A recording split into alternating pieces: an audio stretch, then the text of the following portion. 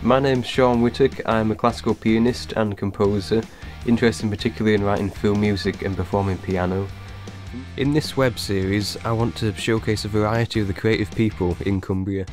I hope to find out what they've achieved, are trying to achieve, and what they hope to achieve in making a career in music.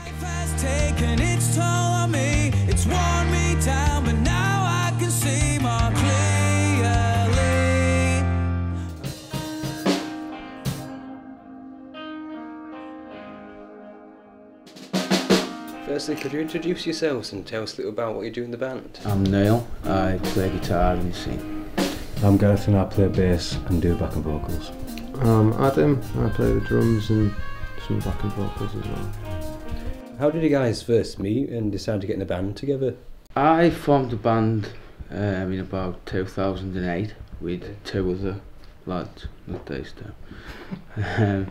Along the line, Gareth joined, and then me and Gareth, and we had another drummer for sort of a couple of years, and we toured about, well, I said toured, we played sort of the West Cumbria circuit. When we started playing in Carlisle, that's sort of when we met Adam. Adam was a fan of the band, and when we needed a drummer, Adam was our first choice of asking, and luckily he said he would take the job. When you first started out in the band, was it easy to secure gigs around Cumbria? There's always been a fairly decent scene. I'm from Carlisle, and the scene out here has always been there if you knew where to find it, sort of thing.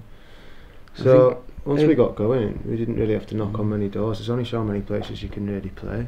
The best thing about it in the last few years has been getting out of Cumbria. I mean, we still play some of our best shows here. We played last night in Kendal.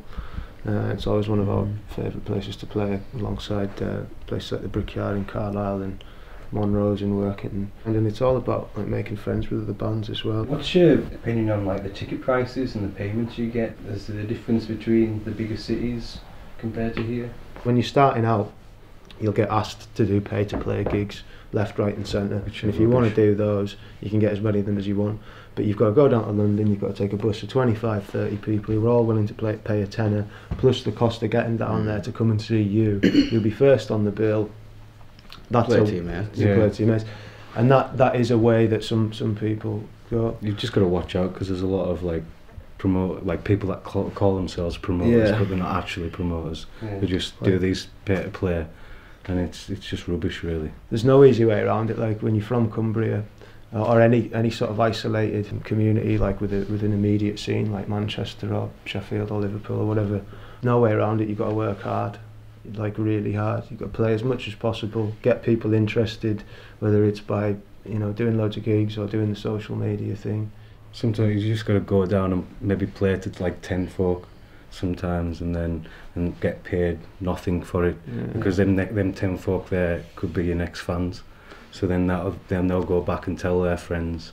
Then the next time you play there, you'll get a bigger crowd. We played the Brickyard maybe twice a year for the last couple of years since we got signed, and there's a reason for that, and it's because if we play there every month or every other month, people will get used to it and they'll get bored. I'd rather do 2 shows a year and sell them both out, and that's what we've done the last 2 years, and financially speaking, those are the ones that are obviously pay off the best, because they're the ones that have got most planning going into them. But when we're on the road, I'll be honest, we're lucky if we break even, and we only I think we're just about break even. But that's only because of merchandise. That's after sort of 4 years of on the road as well, sort of touring up and down Britain. There seems to be a lot of funding from councils into mainly sports and like building projects. Do you think they could do more for music projects? Definitely. I don't think there's any kind of funding there from the council, and I think, if it was used in the right way, you could do some really good things. Yeah, you could get whoever decides how the money gets spent needs to know what they're doing with it, because otherwise it won't get used properly. There's so many examples of that, of public spending happening that way, particularly on arts and music, actually. And I think if we were to really make a difference, it would have to be run by someone who's already involved in the Cumbrian music scene, and I think that's the only way something like that would work.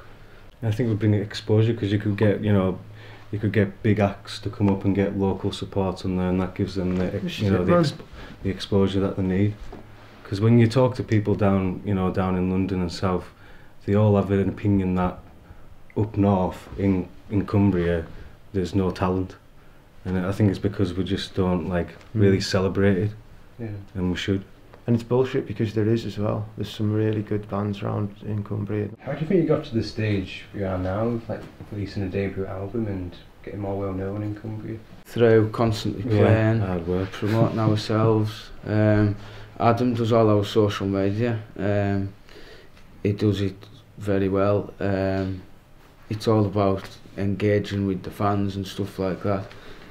I'm sure he'll tell you more about it than I can. I think since we signed to Visible Noise, that's been the biggest. I mean, we were going along quite nicely, and we did a couple of self releases, which we toured, and then got a bit of attention from nationally. That led us to signing with Visible Noise, and the lady that is the MD at Visible Noise actually, ironically, is originally from Cumbria. She's lived in London for 25 years. But it's a label that's launched a lot of bands who have gone on to become, quite big, quite a few. I mean, just recently, Bring Me the Horizon, Bullet for My Valentine. So it's a good label for us to be on, and hopefully, we'll enjoy even, a small bit of the success that guys like that have had. But yeah, I think since we signed with them and obviously went to record the debut album, that's when it's sort of taken off. And this album that's just come out as well, it was the first time we'd had like a sort of a block of time to go into the studio and work on an album project. In the past we'd just like got weekends off work or whatever, gone down, done a couple of tunes. It was all quite, hurry up, we've got to get it done. This time we had a lot, we didn't have bags of time, but we had just enough time to really go and do it properly. We're really happy with it. Do you have any advice for local bands in Cumbria starting out? Buy the Unsigned Guide. The Unsigned Guide, yeah. We lived out good. with the Unsigned guide for about 2 years, and it's just full of every venue, decent promoter in the business. Yeah. It's quite expensive, it's about 50 quid, but you'll get loads of gigs off it. We've booked I mean, at the start, off that. At the start, we would just basically go through the book and contact like everyone in the book. We'd take a chapter each. Like he'd take pages 13 to 20 one week, and then, it was honestly, seriously, it was like that. And that's how the first few tours got booked. So I definitely recommend getting that. Yeah. A lot of bands, people that I've known in the past and things like that, they kind of tend to give up because they think, after like a year of doing it, that they haven't got anywhere, and what's the point? I've done 10 gigs, man. Exactly. We've got a video on YouTube, and we're not, I haven't got signed, man. Not on the radio. Exactly. And if that's the attitude, then you just don't bother. I mean, we're all older than we look, and we spend a lot of time in here, and we've spent a lot of time in here for years and years. And we don't do it because for any other reason than because we love getting out at the weekends and playing and meeting other bands and watching other bands, and everything else that's happening now along the way is just a bonus. But you've got to love it first and foremost. Yeah, that's it. You've just got to love doing it. Practice.